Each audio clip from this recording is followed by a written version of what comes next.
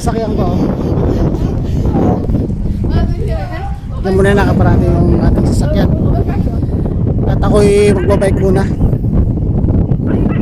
Kahirap eh, lagi na lang nasa laot eh. Kaya pinarada ko muna doon. Ito yung aking isa pa, oh. Yan. Diyan ko lahat pinaparada yung mga sasakyan. Simple lang naman tayo. Ito pa.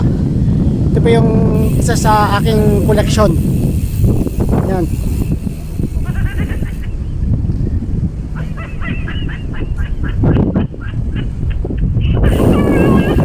Ginagamit ko yan pag nag-trip to Paris ako. Diba? Ayun lang, yung mga collection ko, pinakita ko lang sa inyo.